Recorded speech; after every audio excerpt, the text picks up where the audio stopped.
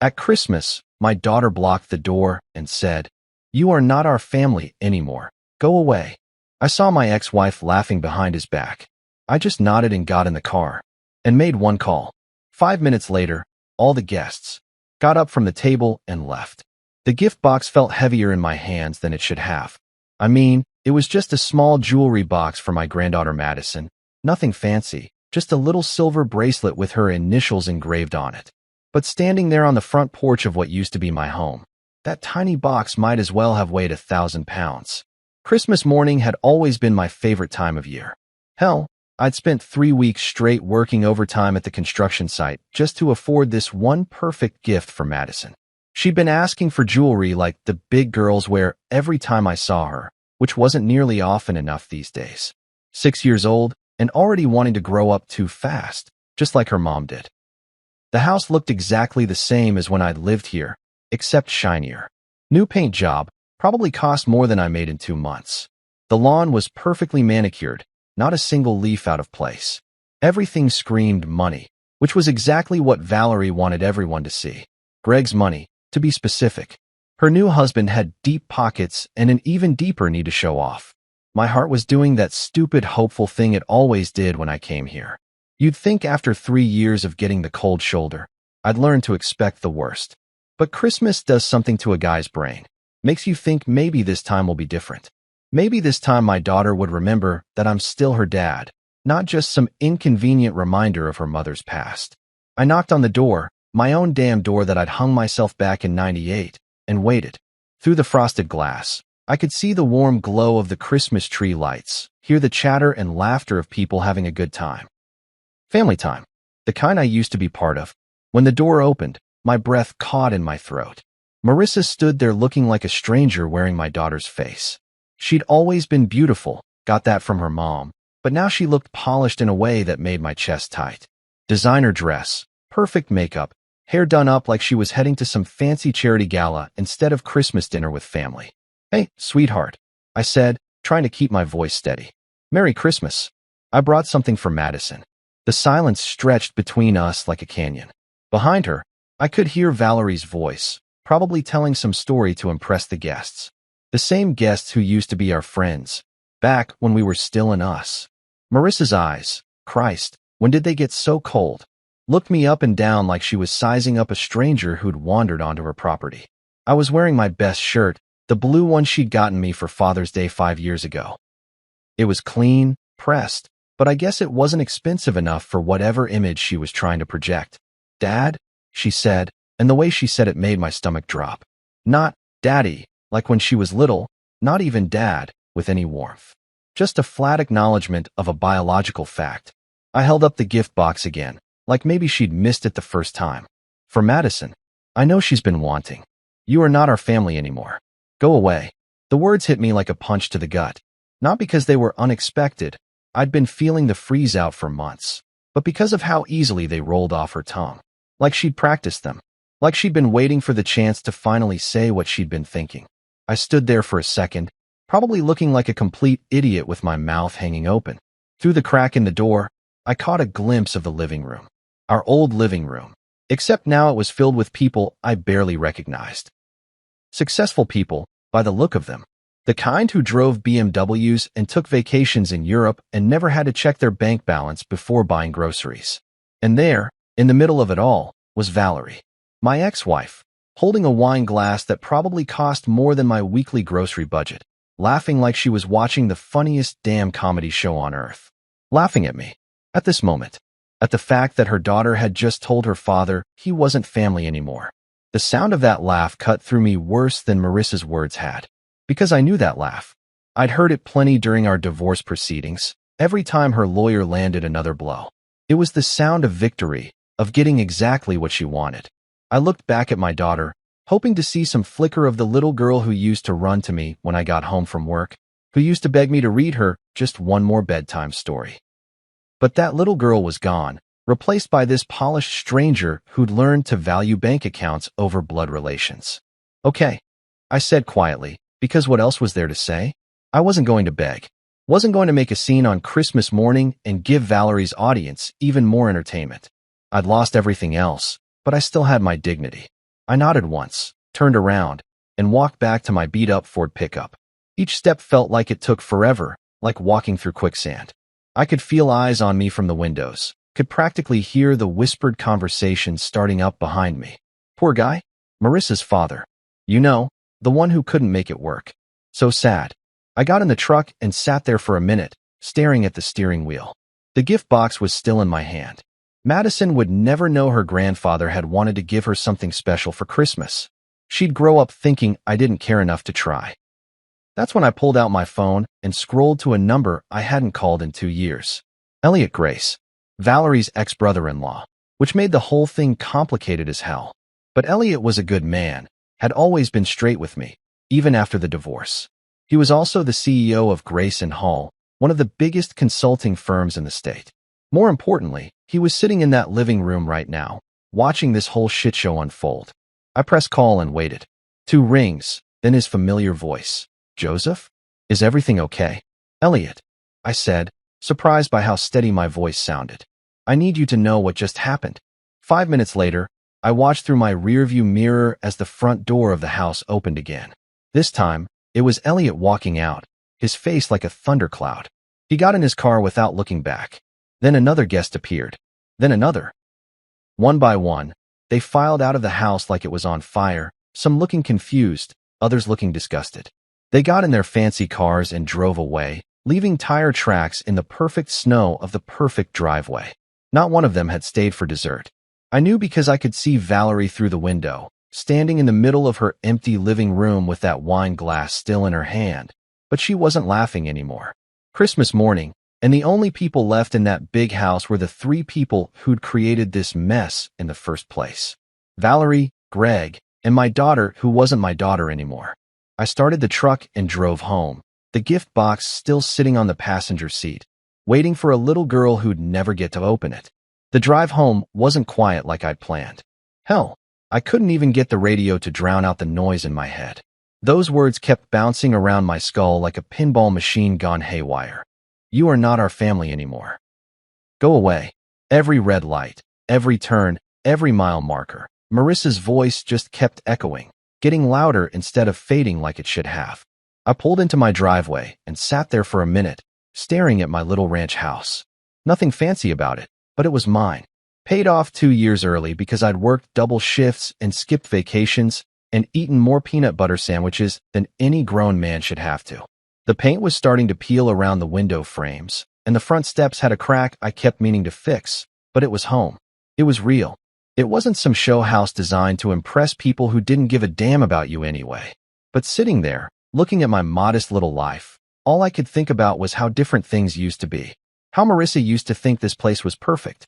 She'd run up those cracked front steps every other weekend, backpack bouncing, face lit up like Christmas morning.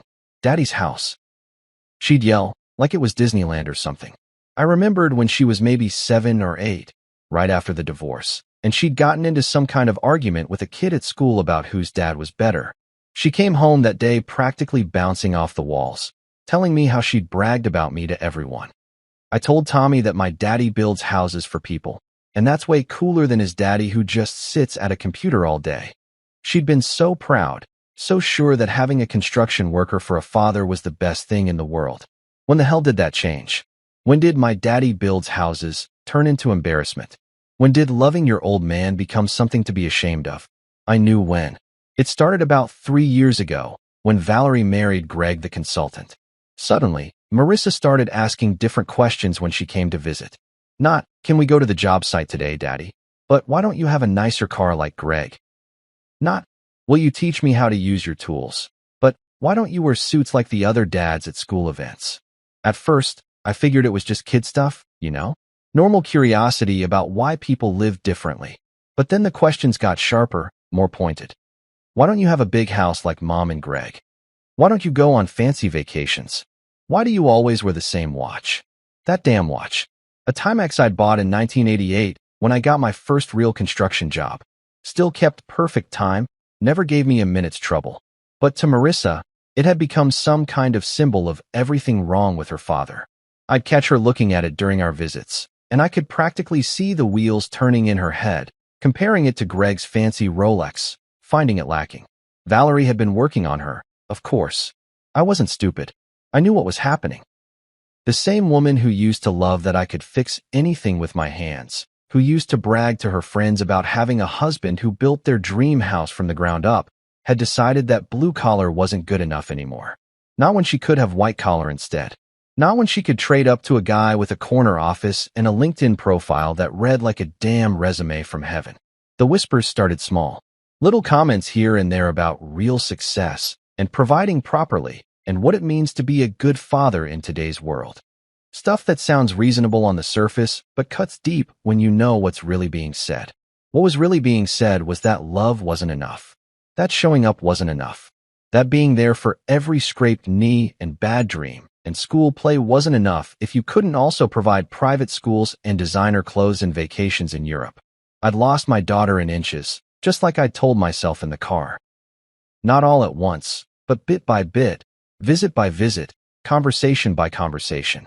Each time she came to stay with me, she seemed a little more distant, a little more critical, a little more embarrassed by the man who'd taught her to ride a bike and helped her with homework and held her when she cried about her parents' divorce. The worst part was watching her try to hide it sometimes. She'd catch herself being ashamed of me and then overcompensate, being extra affectionate or enthusiastic about something, trying to convince both of us that nothing had changed. But everything had changed. You can't unhear your kid asking why you're not more like someone else. You can't unsee that look in their eyes when they realize their father doesn't measure up to whatever standard they've learned to value. Greg didn't even like her, not really. I could see it clear as day whenever I picked her up or dropped her off. He tolerated Marissa because she made Valerie happy, and keeping Valerie happy was good for his image. Look at what a great stepfather he was, taking on another man's child, providing for her, giving her opportunities. But he only paid attention to her when other people were watching, when it served his purpose. Meanwhile, I was the one who remembered her favorite bedtime story, who knew she liked her pancakes shaped like Mickey Mouse, who could calm her down when she had nightmares about monsters under the bed. But none of that mattered anymore because I couldn't afford to send her to the same private school as her friends, couldn't take her on ski trips to Colorado, couldn't buy her the latest iPhone or designer sneakers that apparently defined a person's worth these days. Sitting in my driveway, still gripping the steering wheel like it might anchor me to something solid, I realized the truth I'd been avoiding for months. I hadn't just lost my daughter to Valerie's poison. I'd lost her to a world that measured love in dollar signs and success in status symbols. A world where being a good man wasn't enough if you weren't also a rich man. The thing that really got me was that I'd seen this coming. Not the Christmas Day ambush, maybe, but the general direction we were heading. I'd felt Marissa slipping away for years now, but I kept thinking I could win her back somehow. Keep being the same loving, reliable dad I'd always been, and eventually she'd remember what really mattered. But today proved I'd been kidding myself. Today proved that in Marissa's mind, I wasn't just insufficient. I was an embarrassment. Something to be hidden away, not celebrated. Something that didn't fit the narrative of her new, improved life. I finally got out of the truck and walked up those cracked front steps, fishing my keys out of my pocket. Tomorrow, I'd fix that crack in the concrete. Tonight, I just needed to sit in my paid-off house and figure out how to live with the fact that my daughter was ashamed to call me family. A week before Christmas, my phone had rung at 7:30 in the evening. I was sitting in my recliner, watching some old Western and nursing a beer after a long day pouring concrete for the Martinez family's new driveway. The number on the screen made my heart skip. Marissa. She hadn't called me in 3 months, not since that awkward conversation where she'd asked if I could contribute more to her college fund, and I'd had to explain that construction workers don't exactly have trust funds lying around. Hey, Dad. Her voice sounded different that night. Warmer, more like the daughter I remembered. How are you doing? I'd muted the TV so fast I nearly threw the remote across the room. I'm good, sweetheart. Really good. How are you? How's school? School's fine. Listen, I wanted to call because, well, Christmas is coming up and I was thinking. She paused, and I held my breath like an idiot, hoping against hope that she was about to say something that would fix the mess we'd become. I was thinking you should come to dinner. Christmas Day, Mom's making her usual big spread, and Madison keeps asking about her grandpa. My granddaughter, 6 years old, and the one bright spot in this whole screwed-up family situation. The kid who still lit up when she saw me, who still wanted to hear stories about the houses I'd built and the tools I used, who hadn't learned yet that her grandfather wasn't successful enough to deserve her love. Madison wants to see me? I'd asked, trying not to sound too eager, too desperate. She does. She really does. And honestly, Dad, I think it would be good for all of us. You know? To try to be a family again, at least for one day. A family again. Those words had hit me like a shot of whiskey, warm and burning and making me believe in possibilities I'd given up on. That sounds wonderful, Marissa. Really wonderful. What time should I be there? 2 o'clock? We usually eat around 3, but people start showing up earlier for drinks and appetizers. People. Right. I'd forgotten about Valerie's need to turn every holiday into a networking event. But if it meant seeing Madison, if it meant maybe starting to repair things with my daughter, I could handle a few hours of small talk with strangers. I'll be there, I'd said. Should I bring anything? Just yourself, Dad. That's all we need. Just myself. How wrong she'd been about that. The rest of that week, I'd walked around like a man who'd won the lottery. I'd even gone shopping for a new shirt, something nice enough for Valerie's Christmas production, but not so fancy that I'd look like I was trying too hard. I'd spent an hour at the jewelry store picking out that bracelet for Madison, making sure it was perfect, making sure she'd know her grandpa had put thought into it. I should have known better. Should have recognized the setup for what it was. But hope makes you stupid, and I'd been running on hope for so long that I'd forgotten how to recognize reality. The reality was that Marissa's call hadn't been about reconciliation. It hadn't been about Madison missing her grandfather or about trying to be a family again. It had been about something else entirely, something I was too blind to see until I was standing on that porch, holding that gift, watching my daughter tell me I wasn't family anymore. Because the thing is, when someone really wants you at their Christmas dinner, they don't look at you like you're something unpleasant they stepped in. They don't deliver rehearsed lines about not being family. They don't stand there while their mother laughs at your humiliation like it's primetime entertainment. No, what I'd walked into wasn't a family reunion. It was a performance. A carefully orchestrated show designed to put me in my place once and for all, and I'd been too damn hopeful to see it coming. Sitting in my truck after Elliot's guests had started their exodus, I thought about that phone call again. The way Marissa's voice had sounded so practiced, so carefully modulated. The way she'd hit all the right notes. Mentioning Madison, talking about being a family, making it sound like her idea instead of something she'd been coached to do. And that's when it hit me. The invitation hadn't been Marissa's idea at all. It had been Valerie's. Valerie, who'd never been able to resist twisting the knife, who'd spent 3 years systematically turning my daughter against me, had decided that a simple freeze-out wasn't enough anymore. She'd wanted a grand finale.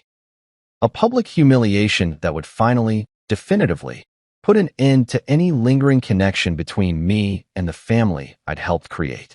Think about it. Christmas Day, with all their important friends and business associates watching. The perfect audience for the perfect performance. Let the failed ex-husband show up with his pathetic little gift, then slam the door in his face while everyone watches. Show them all what happens to men who can't keep up, who can't provide the lifestyle that really matters. The phone call had been bait, and I'd taken it like the desperate fool I was. Hook, line, and sinker. But here's the thing about setups. They only work if everyone plays their part. And while I'd played mine perfectly, standing there like a chump with my gift in, she'd forgotten that some of those people watching weren't just there for the free food and expensive wine. Some of them were there because they actually gave a damn about right and wrong. She'd forgotten about Elliot. Elliot, who'd known me for 15 years. Who'd watched me build his first house with my own hands. Who'd seen me work 18-hour days to get it done on time when his wife was pregnant and needed to move in before the baby came. Who'd been at my wedding, at Marissa's christening, at birthday parties and barbecues back when we were all just people instead of status symbols. Elliot, who'd sat in that living room and watched the whole ugly show unfold. Who'd seen exactly what kind of people Valerie and Marissa had become and decided he didn't want any part of it. My phone was still in my hand, Elliot's number still on the screen. The conversation had been brief, but I could hear the disgust in his voice when I'd explained what had just happened. Not surprise. Elliot was too smart for that. He'd probably seen this coming from a mile away. But disgust, absolutely. They used you, he'd said, to impress people. You're not furniture. I'll take care of it. And he had. Whatever he'd said to those people in that living room, whatever he'd told them about what they'd just witnessed, it had been enough to clear the room in 5 minutes flat. The setup had backfired spectacularly, and for the first time in 3 years, I found myself smiling as I drove home. "Elliot, it's me," I said into the phone, my voice shakier than I wanted it to be. I was still sitting in my truck, engine running, watching snowflakes start to dust the windshield. Part of me couldn't believe I was actually making this call. The other part of me knew it was long overdue. Elliot Grace had been family once, back when family meant something different than it did today. He'd married Valerie's sister Linda about 20 years ago, and we'd hit it off right from the start. Two guys who'd grown up working with their hands. Him in his dad's machine shop, me learning construction from my old man, before life took us in different directions. While I'd stayed with building houses, Elliot had gone to business school and turned his practical knowledge into Grace & Hall, one of the most successful consulting firms in the tri-state area. But success hadn't changed him the way it had changed others. He still remembered what it was like to work for a living, still treated people with respect regardless of their tax bracket. When Linda and Valerie had their falling out 5 years ago, some stupid argument about inheritance that escalated into World War III, most people expected Elliot to choose sides. Instead, he'd chosen to stay out of it entirely, which somehow made him the enemy to both sisters. That's why I hadn't called him in 2 years. Not because we'd had any kind of fight, but because reaching out felt like dragging him back into family drama he'd worked hard to escape. Today, though, sitting in that driveway with the taste of humiliation still bitter in my mouth, I needed to talk to someone who'd understand what had just happened. "Joseph?" His voice came through clear and concerned. "Is everything okay? You sound—" "I wasn't going to call," I interrupted, the words tumbling out faster than I could organize them. "I mean, I know you've got your own stuff going on, and the last thing you need is me dragging you back into this mess with Valerie and—" "Slow down," Elliot said, and I could hear him moving somewhere, probably stepping away from whatever Christmas celebration he'd been part of. "Take a breath and tell me what happened." So I did. I told him about the phone call from Marissa, about how hopeful I'd been, about standing on that porch with Madison's gift and feeling like maybe, finally, things were going to get better. I told him about the look in my daughter's eyes when she opened the door, about the words that came out of her mouth, about Valerie standing behind her with that wine glass, laughing like she was watching her favorite sitcom. Elliot didn't interrupt once. Didn't make those polite little sounds people make when they're only half listening. He just let me talk, let me get it all out in one messy, painful stream of consciousness. When I finally ran out of words, the silence stretched between us for what felt like forever. "Jesus Christ, Joseph," he finally said, and I could hear something cold and hard creeping into his voice. "I'm sitting in that living room right now. I watched the whole thing through the window. My stomach dropped. You saw? I saw everything. Saw you walk up to the door, saw you standing there with that gift, saw the way Marissa looked at you." He paused, and I heard what sounded like a door closing. "I saw Valerie too. Saw her watching it all happen like it was some kind of entertainment."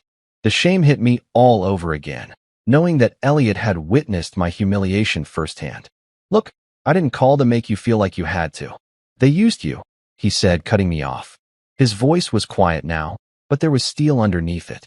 "They invited you over here to impress people, to show everyone what happens to men who don't measure up to their standards.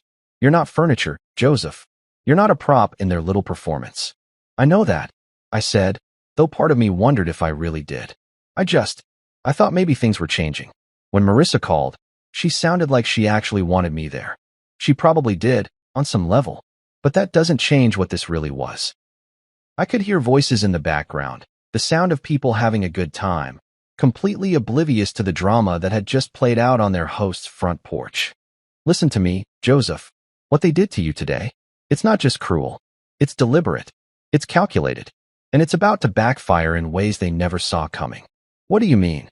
"I mean that some of the people in this room have known you for years. They remember when you built my first house, when you worked those 18-hour days to get it done before Linda's due date. They remember the barbecues at your place, the way you treated everyone like family regardless of what they did for a living." His voice was getting harder with each word.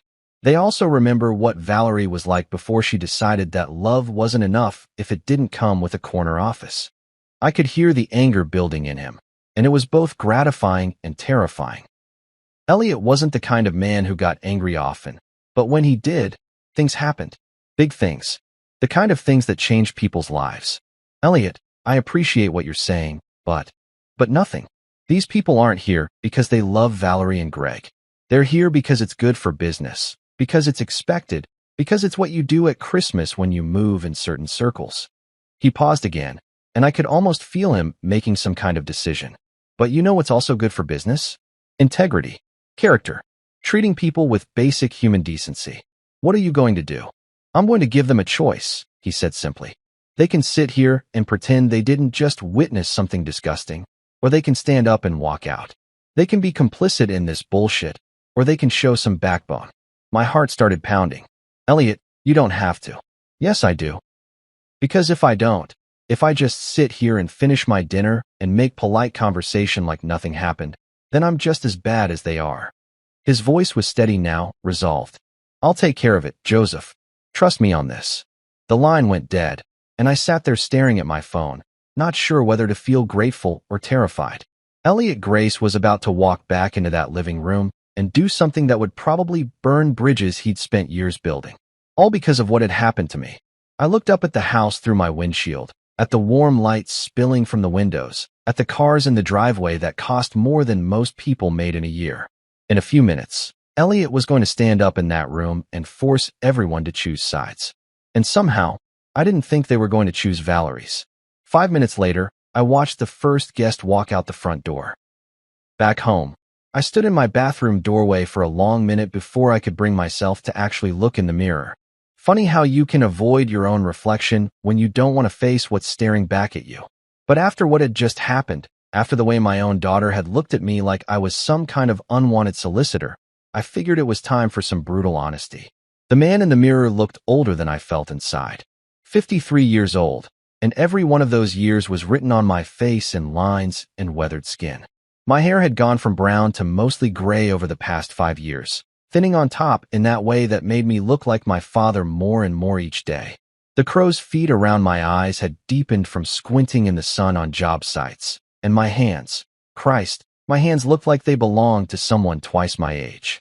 Calloused, scarred, permanently stained under the nails no matter how hard I scrubbed. This was the face that had opened the door to dozens of families over the years, the face that had shaken hands with homeowners when I handed them the keys to houses I'd built with these same weathered hands. This was the face that had kissed scraped knees and read bedtime stories and taught a little girl how to swing a hammer without hitting her thumb.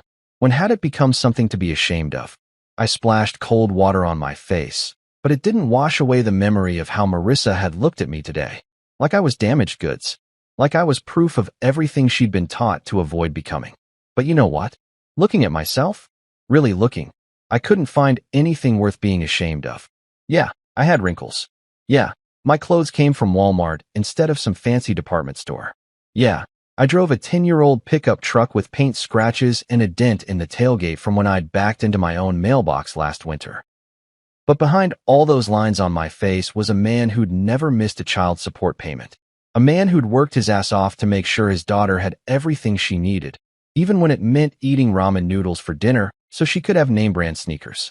A man who'd shown up to every school play, every parent-teacher conference, every birthday party until he wasn't welcome anymore. I walked into my living room and looked around at the life I'd built for myself. Nothing impressive by Valerie's standards, that's for sure. The furniture was mismatched, some pieces I'd bought used, others I'd built myself in my garage. The TV was older than some of the cars in my neighborhood, and the carpet had seen better days. But it was clean, it was comfortable, and most importantly, it was mine. Every stick of furniture had been paid for in cash. Every month, I owned this place a little more instead of owing someone else a little more. I thought about all those Saturday mornings when Marissa was little, when she'd wake up early and come padding into my bedroom in her pajamas, climbing into bed beside me to watch cartoons. She'd curl up against my side, her head on my chest, completely content to spend the morning doing nothing but being with her dad. Those were the moments that made everything else worthwhile, the long hours, the aching back, the perpetual worry about money. My daddy builds the world, she used to say when people asked her what I did for a living. Not my daddy builds houses, or my daddy works construction. My daddy builds the world. Like I was some kind of superhero instead of just a guy with a toolbox and a strong back. She'd beg me to take her to job sites on weekends, always promising to stay out of the way and not touch anything dangerous. She'd sit on my toolbox, legs swinging, peppering me with questions about why we did things certain ways, how the house would look when it was finished, whether the family who was going to live there would be happy. She was genuinely fascinated by the process, by the idea that we could start with nothing but a foundation and some lumber and create a home where people would make memories. When I grow up, I want to build houses just like you, Daddy, she told me once, and I'd felt like the richest man in the world. When did that change? When did I want to be just like you become, why can't you be more like him? I knew when. It started the day Valerie introduced Greg into our lives. Suddenly, building houses wasn't impressive anymore. Suddenly, working with your hands was something to be pitted instead of respected. Suddenly, the fact that I could look at a set of blueprints and turn them into reality wasn't nearly as important as the fact that Greg could look at a profit and loss statement and turn it into a PowerPoint presentation.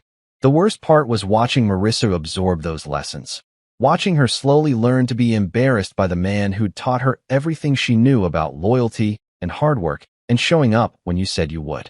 Watching her trade her daddy who built the world for a stepfather who built nothing but resentment and a bank account. But standing there in my living room, surrounded by the modest life I'd created through 30 years of honest work, I realized something important. I wasn't the one who should be ashamed. I wasn't the one who'd thrown away love for money, family for status, character for convenience. I was the one who'd sacrificed everything for his daughter, only to watch her grow up into someone who valued all the wrong things. I was the one who'd stayed true to his principles even when it cost him everything he cared about. I was the one who could look in the mirror and see a man who'd never compromised his integrity, never cheated anyone, never treated people like disposable objects to be used for personal gain. If Marissa couldn't see the value in that, if she'd learned to measure worth in dollars instead of decency, then maybe the problem wasn't with me after all. Maybe the problem was with the people who'd taught her that love came with conditions, that family was something you earned instead of something you were born into. I looked around my house one more time, at the life I'd built with my own hands, at the space where I'd raised a daughter who used to think I hung the moon, and made a decision. If they didn't value love, if they'd rather have money than meaning, then they weren't my family anymore either. Family doesn't abandon you for being insufficient. Family doesn't invite you over just to humiliate you in front of strangers. Family loves you for who you are, not what you can provide. And if that's what family meant, then I was better off without them. I didn't cry. Hell, I was done with crying over people who didn't deserve my tears. Instead, I did what I always did when the world went sideways. I got to work. I walked straight to my kitchen and opened the pantry door, staring at the shelves like a general surveying his troops before battle. Turkey in the freezer, potatoes in the bin, green beans in cans, cranberry sauce, stuffing mix, all the fixings for a proper Christmas dinner. I'd bought everything weeks ago, back when I'd stupidly thought I might be spending the day with family. Now I was going to cook it anyway, not because I had guests coming, but because cooking was something I could control when everything else had gone to hell. My kitchen wasn't fancy. White cabinets from the 80s, countertops with a few burn marks from hot pans, linoleum that had seen better decades. But it was functional, and right now, functional was exactly what I needed. I pulled that frozen turkey out of the freezer and ran cold water over it in the sink, knowing it would take a miracle to get it thawed in time. But miracles had a way of happening when you needed them most. While the water ran, I started peeling potatoes. Something therapeutic about the repetitive motion, the way the brown skin curled away to reveal the clean white underneath. Each potato was a small victory, a tiny step toward creating something good out of this disaster of a day. I'd learned to cook out of necessity after the divorce. Couldn't afford to eat out all the time, and a man gets tired of frozen dinners pretty quick. Turned out I was decent at it. Maybe because cooking wasn't that different from construction. Follow the plans, use quality materials, take your time, and you'll end up with something solid. I was halfway through a bag of russets when I heard the first car pull into my driveway. Then another. Then another. By the time I looked out my kitchen window, my modest little street looked like valet parking at some upscale restaurant. BMWs, Mercedes, even a Tesla, all lined up behind my beat-up Ford like expensive jewelry scattered around a work boot. The doorbell rang at exactly 6:45 p.m. I wiped my hands on a dish towel, walked to the front door, and opened it to find Elliot Grace standing on my cracked concrete steps, holding a bottle of wine that probably cost more than my monthly electric bill. Behind him stood Peter Wong, who'd been Greg's biggest client until about an hour ago. Behind Peter was Renata Bell, who owned half the commercial real estate in the downtown district. And behind her were Martin and Dahlia Kowalski, old friends from mine and Valerie's wedding circle who I hadn't seen in 3 years. "Joseph," Elliot said with a grin that could have powered the Christmas lights on every house in the neighborhood. "I hope you don't mind uninvited guests. We were in the middle of the world's most uncomfortable Christmas dinner, and someone mentioned that a much better man was probably home alone, cooking for nobody." I stood there for a second, trying to process what I was seeing. These people, successful, wealthy, important people, had left Valerie's perfect Christmas showcase to come to my humble little ranch house. I mean, I'm cooking, but I don't know if I have enough. "Oh, we brought reinforcements," Dahlia said, holding up a casserole dish. "Green bean casserole. Made it this morning before we went to the other place." Other place, I noticed. Not Valerie's house, or Christmas dinner. The other place. Like it was somewhere they'd rather forget. Martin stepped forward with a covered pot. "Mashed sweet potatoes. Family recipe. Figured you might need some backup." One by one, they filed past me into my living room, each carrying something: side dishes, desserts, more wine, even a bag of dinner rolls that Renata swore were still warm from her oven. It was like watching a reverse exodus, except instead of leaving Egypt, they were leaving the land of superficial bullshit and heading for the promised land of genuine human decency. "Come in," I finally managed to say, though they were already inside, already making themselves at home in my mismatched furniture and dated decor. "Dinner's not quite ready, but we'll help," Peter said, rolling up his sleeves like he'd been doing this his whole life instead of sitting in boardrooms making million-dollar decisions. "Point me toward the kitchen. I may be useless with spreadsheets, but I can mash potatoes with the best of them." And that's how I found myself hosting an impromptu Christmas dinner for some of the most successful people in the city, all of whom had walked out of a perfectly orchestrated social event to come eat in my kitchen with the man who'd been deemed not FA. The turkey was still partially frozen.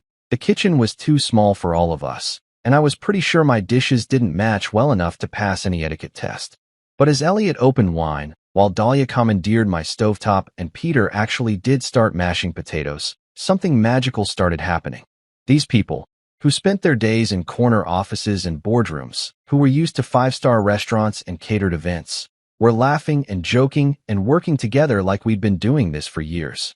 Martin told a story about the worst Christmas dinner he'd ever attended, apparently involving his ex-mother-in-law and a turkey that caught fire, while Renata regaled us with tales of her kids' attempts at cooking, which had resulted in the fire department being called twice in 1 month.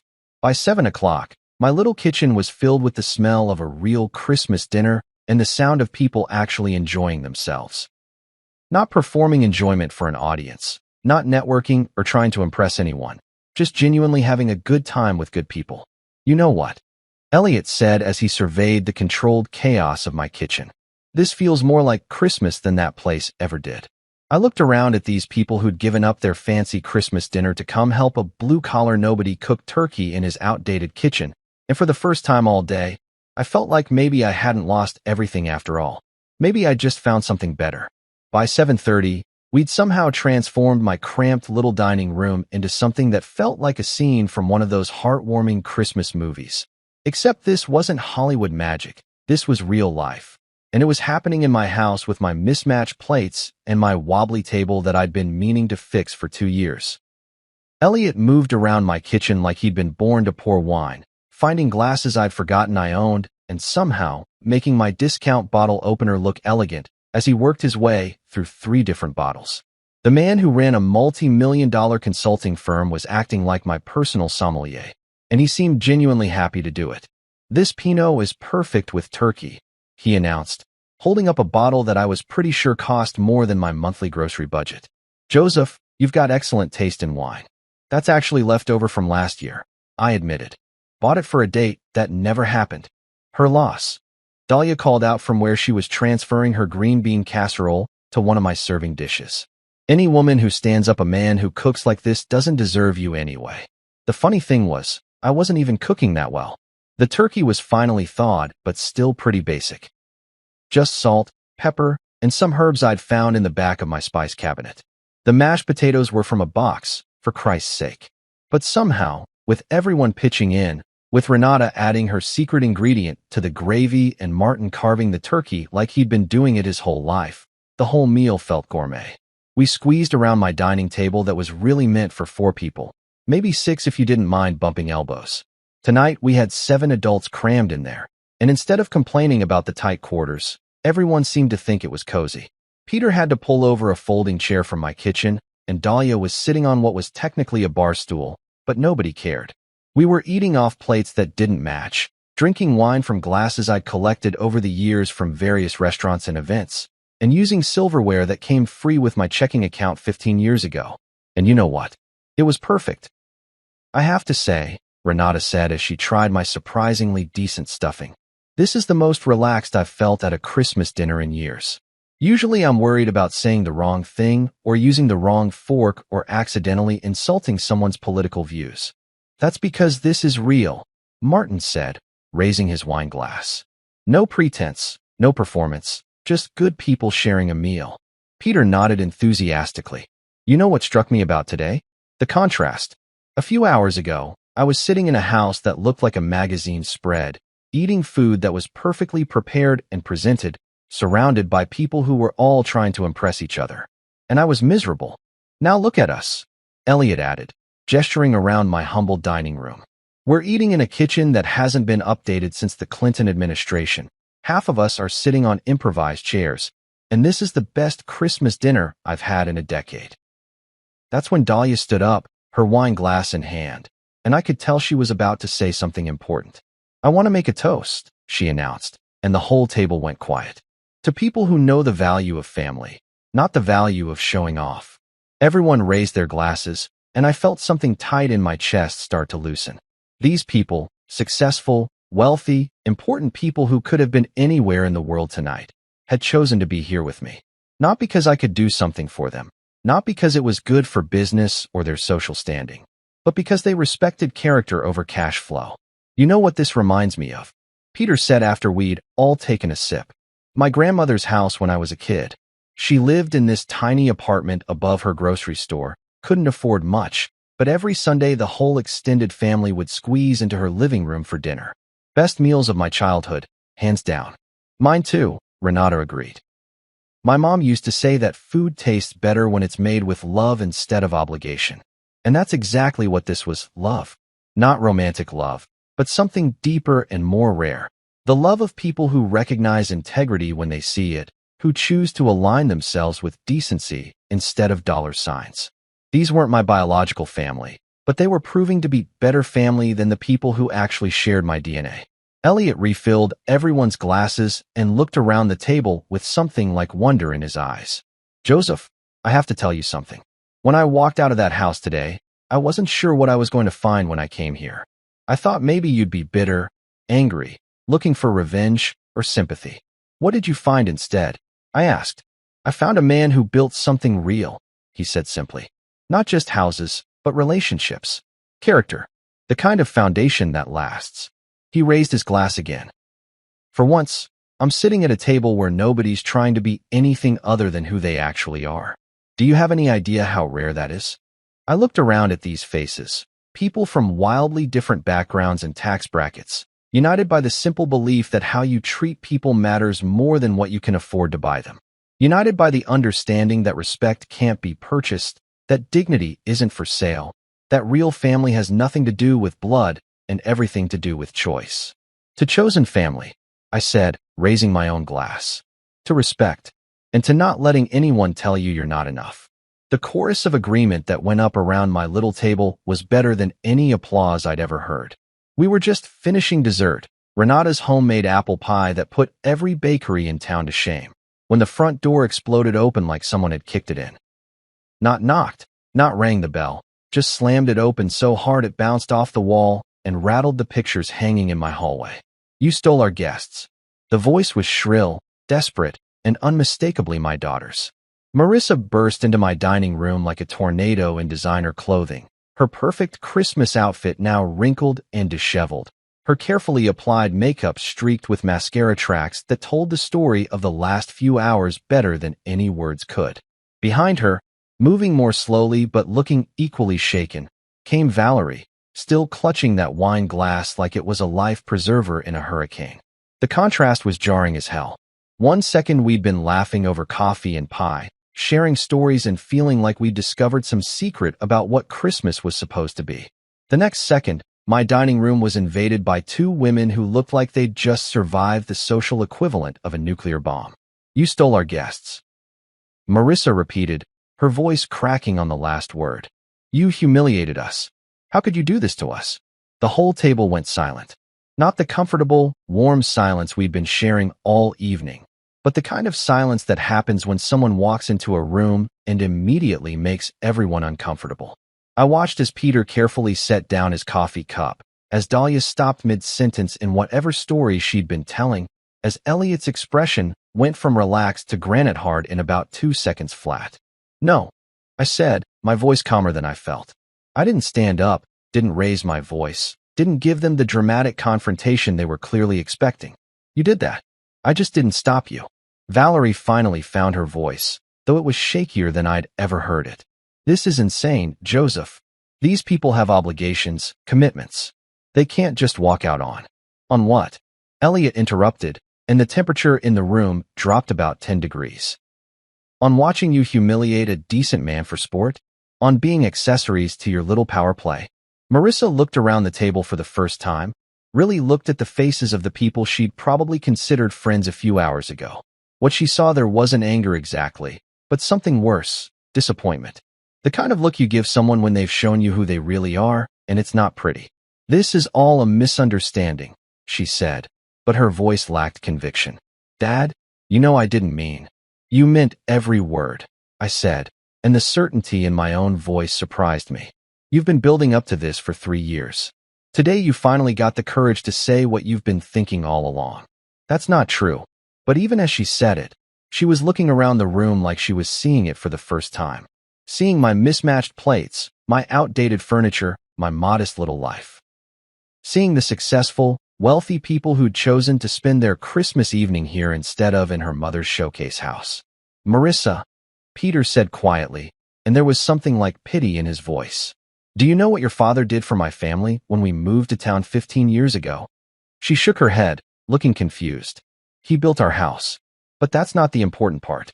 The important part is that when my wife went into labor 6 weeks early, when we were living in a hotel, because the previous contractor had screwed us over and left us homeless, your father worked 18-hour days for 2 weeks straight to get us moved in before the baby came home from the hospital."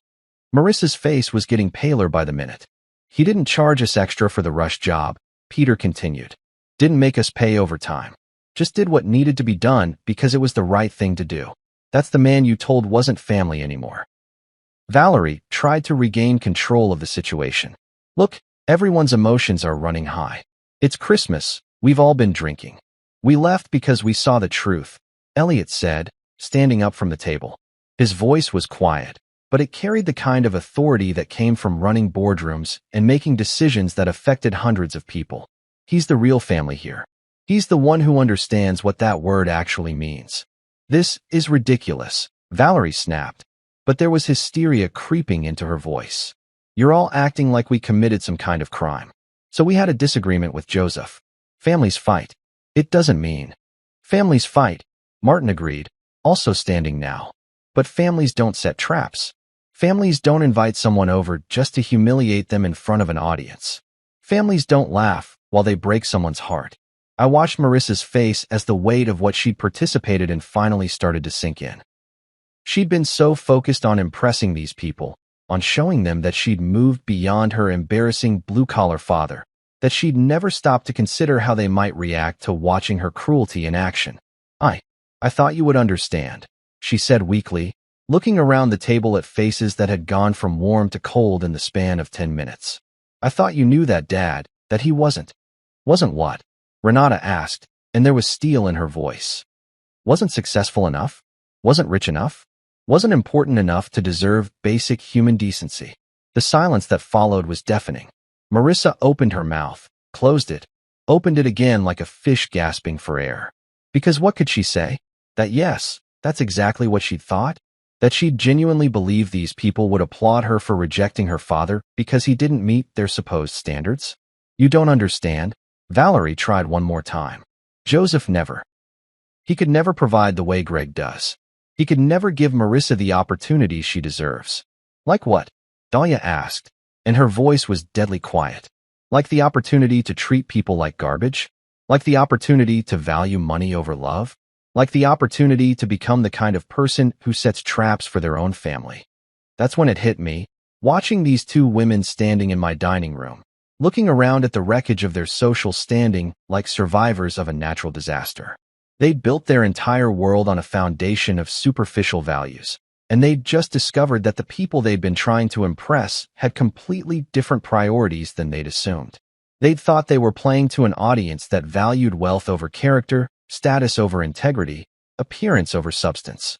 Instead, they'd revealed their true selves to people who recognized cruelty when they saw it and chose not to be complicit in it. For the first time, I said, looking directly at my daughter, you're facing the cost of your choices, and you don't like the price. The truth was written all over both their faces. Tonight, they'd lost more than dinner guests.